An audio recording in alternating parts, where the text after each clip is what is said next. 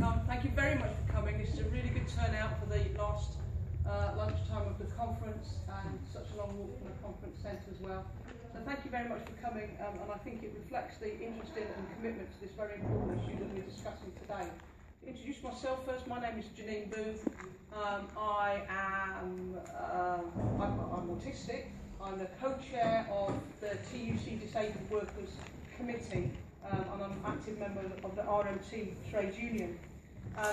What I want to do is tell you, in my chair's opening remarks, tell you how we got to here today, and explain and walk you through our 5 key principles on which we base this draft manifesto. Then, if John's here, he will speak. If not, Austin will speak. And if John is here, he will speak, and then Austin will speak. So I'll introduce them to you as we come to them. Apologies from Angela Rayner, who's not able to come because she's got other commitments this lunchtime, which means she can't get here and back and do that and whatever.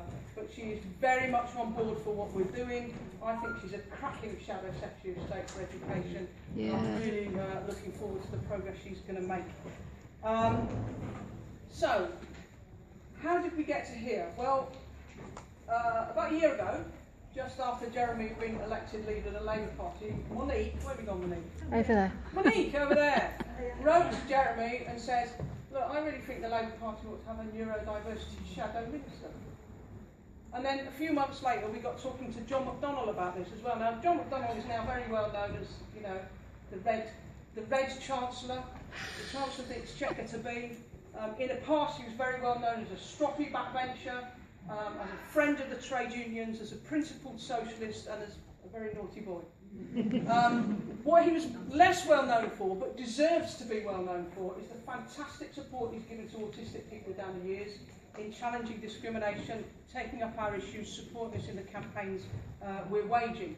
So when we floated this idea with John, he was very supportive, and I also said to him, look, we don't just want a person, we need a set of policies as well. So we want to develop an autism and neurodiversity manifesto.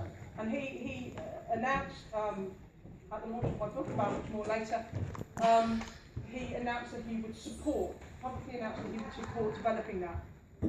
And then myself and Monique met with John in Parliament, and we decided the way forward was to get a steering group of people together. We've got a steering group of about 20 people, all of whom are autistic or dyslexic or dyspraxic, or they are neurodivergent in one way or another. Many of them are several of them.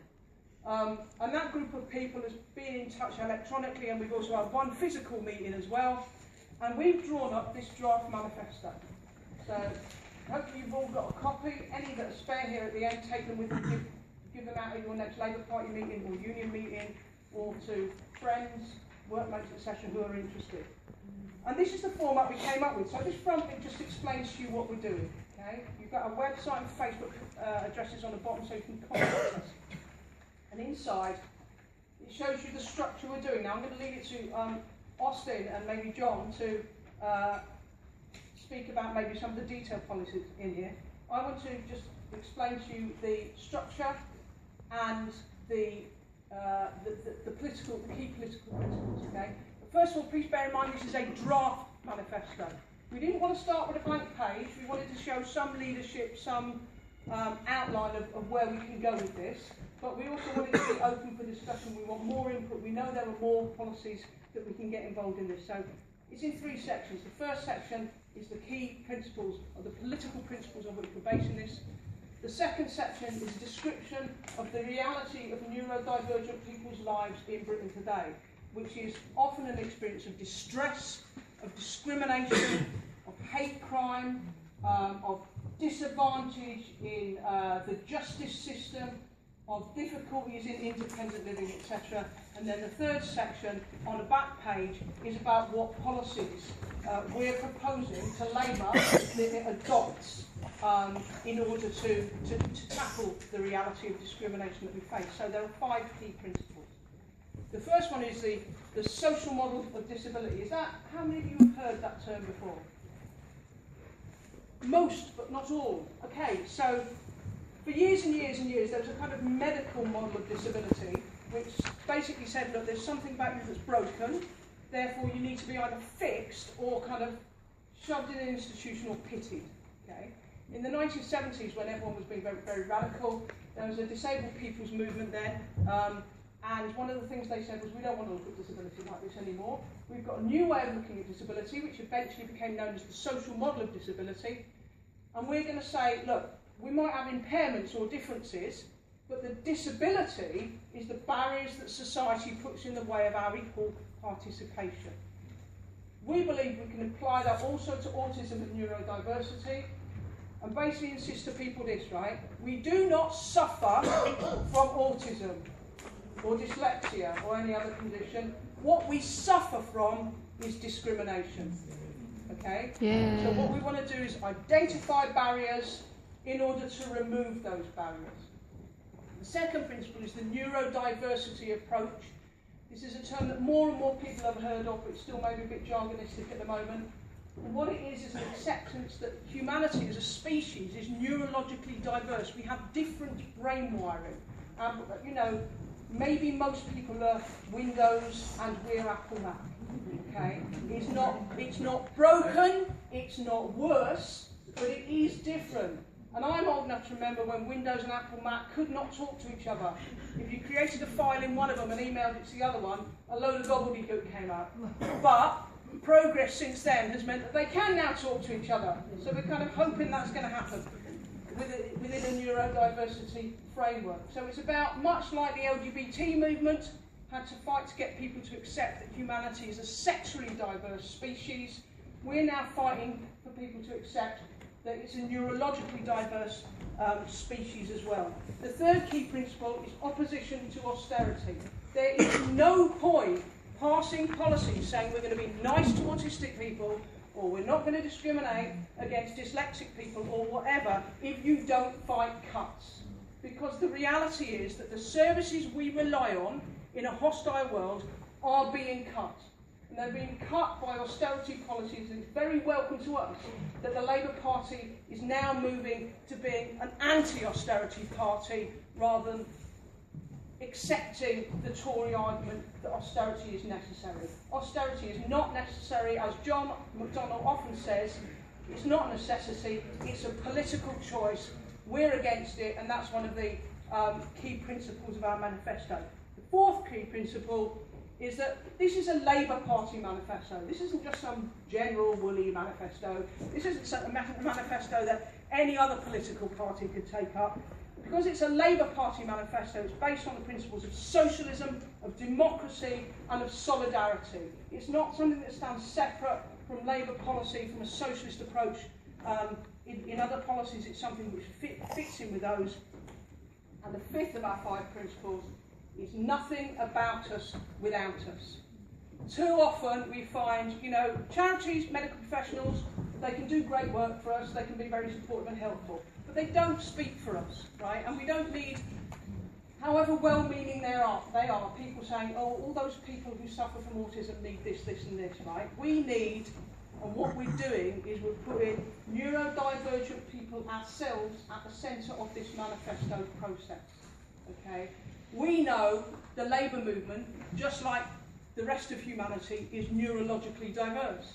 We know the Labour movement includes a lot of people who are autistic, dyslexic, dyspraxic, etc. And we want input from all of them, and from the neurotypicals as well. But what we don't want is a manifesto written over people's heads.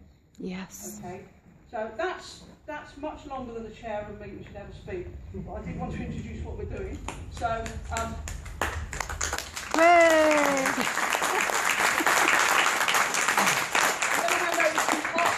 Austin is a stalwart of our Autism and Neurodiversity Manifesto Steering Group.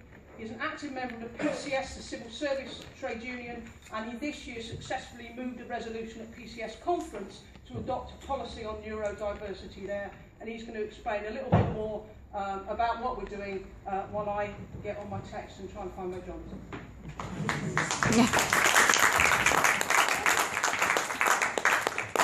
Sorry. I didn't use the microphone. Okay, can you hear me? Yes, can hear me. Okay, well, first of all, I want to commend Janine for a brilliant constructive speech she's just provided. That's very important, the manifesto, and it's something we need to work on. Now, I just want to begin by talking a little bit about my background. I'm Austin Harney from PCS, National Disabled Members Forum. Now, as for myself, I was diagnosed with a condition called quasi-autism at the age of 4. In those days, Asperger's syndrome was not recognised at all, and people had, to use the expression, probably I shouldn't use that, black and white perceptions of what autism is about. You're either abnormal or you didn't. You either had to fit in society or you were completely abnormal. Now, my parents were told this by one of the top doctors in the world, and was told that I was fit really for shelter housing for the rest of my life. I really wasn't up to the normality of society. Obviously, very distressing to my parents at the time. I was even taken away from a school, put in a specific autistic compound in a special needs school. Now, I had to be taken away after 2 years because I wasn't progressing. That was very distressing for my parents, again. Then having to grow up in mainstream society, mainstream education, and of course that was quite a brutal experience in itself. And then when I left school and went to seek employment, went from job to job, I eventually suffered discrimination. There was no reasonable adjustments to accommodate my learning disability or neurological disability, because it does impact on the ability to learn new duties. And what happened was I was easily dismissed as a result. However, thanks to the trade union, because nobody else gave me any support, not even welfare support, and that's the truth, I got my job back. And through that period of time, I worked my way up in the trade union. I started representing people in personal cases, all the way up to employment tribunal, specialised in disability discrimination, even went to the TEC conference and spoke on TV, believe it or not, and stood as a Labour Party candidate back in 2006. But I never told anybody that I had this condition. I've only come out in the open in the last 2 years, and it's thanks to Janine Booth and John McDonnell who strongly encouraged me to do so. Quite surprisingly, really, it was a bit of a cultural psychological shock to me at the time, even trying to tell everybody. Putting that all aside, I do want to talk about a number of issues. I know that Janine has gone into all the full detail in the manifesto itself, but employment is a very serious issue for autistic people. Only 15% of those people diagnosed with the condition are in full-time employment. Now, in the old days, as I said, before 1995, before the Discrimination Act was passed, there were no reasonable adjustments. And of course, the dangerous reality was that managers were free to actually impose the most impossible performance targets on people with autism. And really, that's where it should be considered by law as some form of excessive bullying. But unfortunately, that's not the case.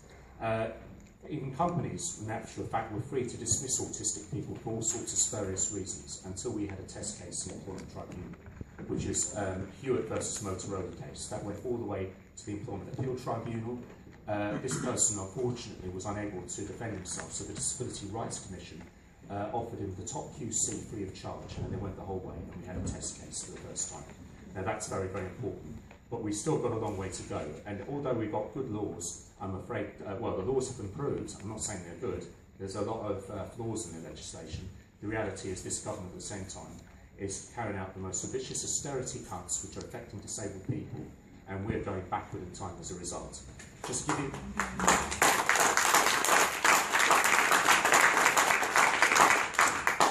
And just to make this point very clear, only a few weeks ago, apparently Theresa May got up and made a speech, produced a paper on education. I just found this out at the Teachers' Fringe meeting yesterday. She made no mention of disabled people, children with special needs, not once at all. And that goes to show that we're returning to a society where they're neglecting disabled people, including autistic people as well. Now, that is extremely serious, and that's why we in the Labour Party have to go forward. We have to start this movement, and we need to bang this Tory party to rights. It really is. To shame this party for what this government, what they are. It's a worrying times as well, education and employment. I mean, the trouble is now they're cutting public services. The employer can turn around and say, oh, well, sorry, we can't afford reasonable adjustments, so we can't afford to employ all these disabled people, even autistic people. So that's why we've got a big fight on our hands for the next 4 years till 2020. I just want to emphasise on a few other points as well. I think we need to bring this up because there is a class division on this, on the issues that are concerning autistic people. In the old days, I can tell you, I say the old days because I'm speaking from past experience, the only autistic children who really got proper support were those from wealthy families. Wealthy families could afford to support their autistic children and get the best educational services. Now, as far as the ordinary person, this was terrible because hardly anybody knew what autism was. A lot of parents didn't find out that their children were autistic until too late. or never really made to understand. They got no support at all, even in public services at the time, if we went back to the 70s and the 80s. And sadly, there were many people who had the same type of condition as myself, are sadly living in sheltered homes today. That is quite frightening. And so this is why we've got a big fight on our hands to educate people on autism. I also have to bring in race relations, because I encourage all groups who are fighting against racism to get involved in this too. There is a racial impact concerning autism. It's a worry at a time when you have migrant workers who come to this family, have to bring their children up, and nothing worse when they have to bring them up with disabilities like autism. They have to face double discrimination. And just to give you an example myself, I'm from an Irish family, and when I was at school, people used to say, oh yes, that shows why you're Irish, because of my learning disability, or, you know, not intelligent enough as people saw it. So I'm saying we've got a lot of prejudices to fight. This is just the beginning of what we're doing, this manifesto launch. We've got a long way to go. The painful reality is we have to look at the different spectrums of autism. It's not straightforward or clear cut. We have to look at the seriousness of each condition. That is one big problem in itself. The other major problem is the prejudicial barriers, which we have to fight. We have to educate society. And it, just as Janine was talking about, you know, education facilities, fighting discrimination, I've even had, it was a story of a PE instructor who said to me at school, at the front of the whole class, are you born stupid or here to take lessons? Now, that's just disgraceful language that we've had to put up with in the past. I think I'll finally conclude, before I have one more thing to say. It's just crossed my mind that I think we should look at an autistic history month, and we should go around to all the families, people who've diagnosed with autism, to write about their experiences and the discrimination they suffered. And we need to educate society. It's not just watching the film The Elephant Man. We need to know how society was cruel to autistic people, adults and children. And I think important in the Labour Party, I want it next year that this is going to be mentioned in the Labour Party conference, that we're going to raise awareness on autism, and we're going to do the best to improve the lives of autistic children and adults as much as we can. And we will continue to fight the Tory policy on austerity and cuts. So I just want to finally conclude by saying solidarity, comrades, brothers and sisters. Yeah.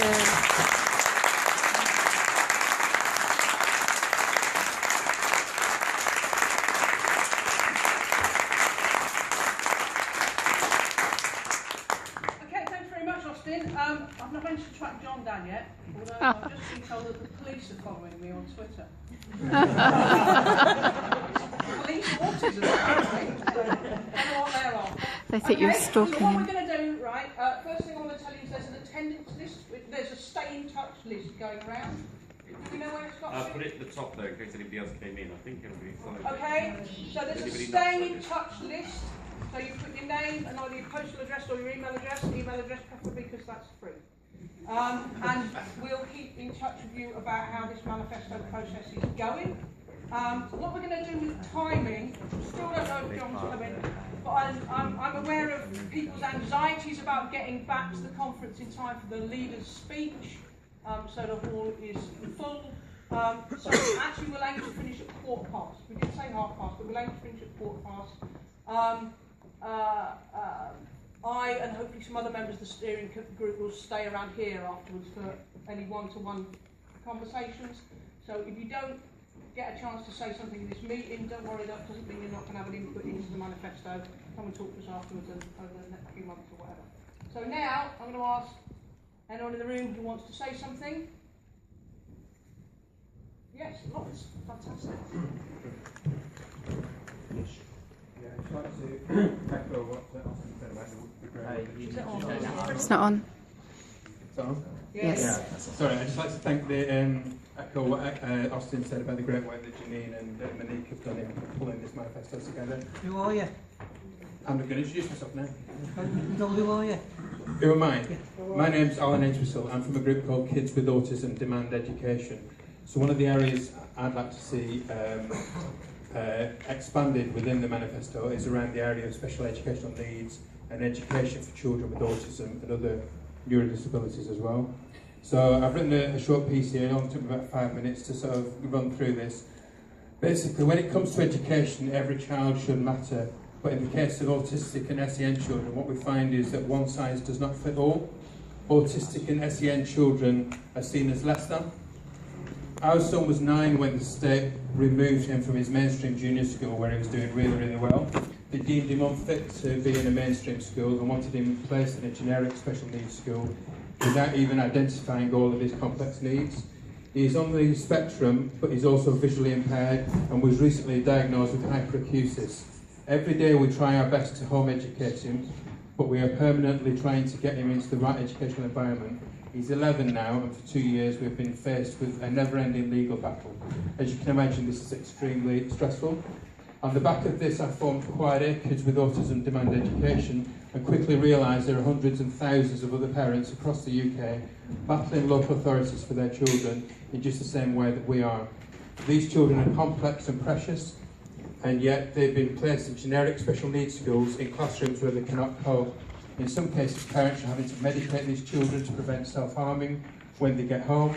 Some of these children go on to suffer depression, some end up on psychiatric wards, and tragically others end up taking their own lives. Our son was temporarily placed into a GLD school for just a few weeks, and he suffered post-traumatic stress disorder as a result. Yet our local authority has still not included this episode into his EHC plan.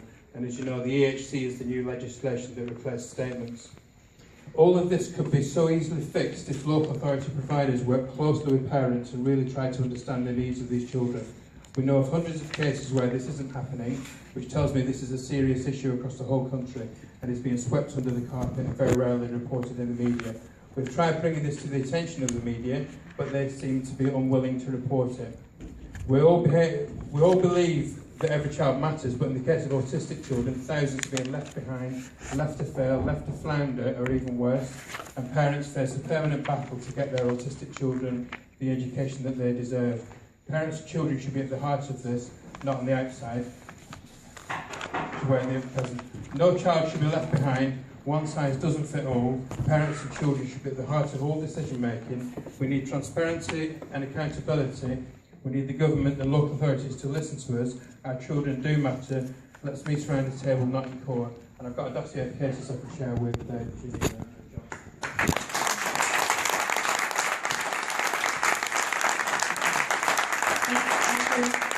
Thanks for that, Alan. And look who's turned up. Yay! Sorry I'm late.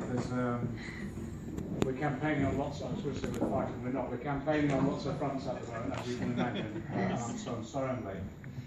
Let me just go back. I think we need to all share our own personal experiences on this to let you know how we got here. I was elected an MP in '97, and I was approached, actually coincidentally, it was by a constituent who was an RMT member, about his daughter, who was 27 years old, and in their terms, was described as unmanageable. And it's an expression that's often used in situations like this. And this young woman had gone through school, gone through primary, secondary school, and through life until that age, completely undiagnosed, and only a couple of months before had been diagnosed with Asperger's. Now, we know Asperger's is a relatively new phenomenon in terms of diagnosis, etc. But all the way through school, at every level, nothing was done to address what was clearly, for her, an extremely distressing pattern of life, because she was seen on my community is a working class multicultural community, and the estate that she lived on was a railway estate, actually, that used to house railway workers only, and then was sold off. But so she was seen on that estate, and she was seen as a strange person in people's terms. You know, she was a bit strange, etc. It was because of the nature of her behaviour and her inability, which she now says to manage her behaviour at that point in time. And that first introduced me to anyone on the spectrum, basically. And I started then just to struggle to get any form of support whatsoever or understanding. And I just thought, my God, this woman's 27. What has she and her parents gone through for the last 27 years, almost isolated within the community? We did eventually get a proper assessment, and we did eventually get her engaged in a course, etc. And actually, it's quite remarkable the work that was done with her. And interestingly enough, I bumped into her on Hayes Station a couple of months ago. We had a conversation, and where was she going? She was going to meet a friend, and they were going to go off to an art gallery. Extraordinary transformation in her life on the basis of support, and actually support in learning sort of management techniques for her own life. And for some people that will work depending on their particular condition. What that led me into then is I convened a meeting in my constituency. This was back, I think, 97, 98. I convened a meeting in my constituency, just as an open meeting of anyone who was interested about talking about autism and the spectrum overall. And also tried to identify the organisations. We had a development of voluntary organisations and actually a school being developed at that time. And people flooded in with their own experiences. And there was a consistent pattern of a failure to get an early diagnosis, a lack of support, and agencies really struggling to actually meet the level of demand that was coming at them. And individual issues came up as well.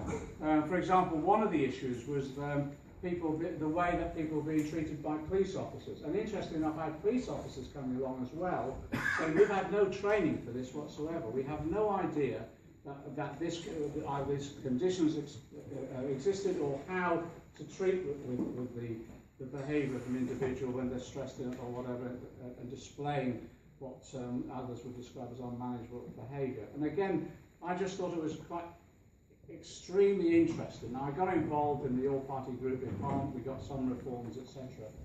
But it's moved. In some ways, it's moved on, and in some ways, it's moved backwards. It's moved on in terms of we have a much wider debate and understanding of that now. Within my own constituency now, we've got voluntary organisation structures that have successfully come out of the dialogue and the debates that we've had, which is good. But it's moved backwards in terms of the levels of support that's available from the local state because of the cutbacks that were going on, and levels of care services that in many instances are on the edge, I think, of crisis, if not already in crisis too. So it's almost like stepping back nearly 20 years because we're going through the same process of families and others trying to get that initial assessment and then getting the support afterwards. But this has opened up a whole range of things, which is also about neurodiversity in general as well. And people approached me about neurodiversity, and to be honest, it was a completely new concept. The words were completely new. But it's opened up a really wide debate now that I think is really refreshing, and we recognise that actually there's a discussion to be had about, I suppose, how we live together and care for each other, and how we respect each other, and how we recognise the differences that there are within society. And instead of trying to get individuals prized into a certain type of behaviour or how they should live, but maybe we should start looking at how we reorganise society to be able to cope with the neurodiversity that there is.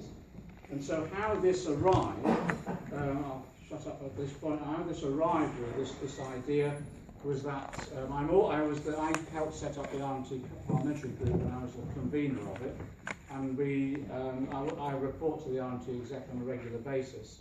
And then we're dealing with all these industrial matters, lobbying Parliament, legislation coming up, what strikes are going on.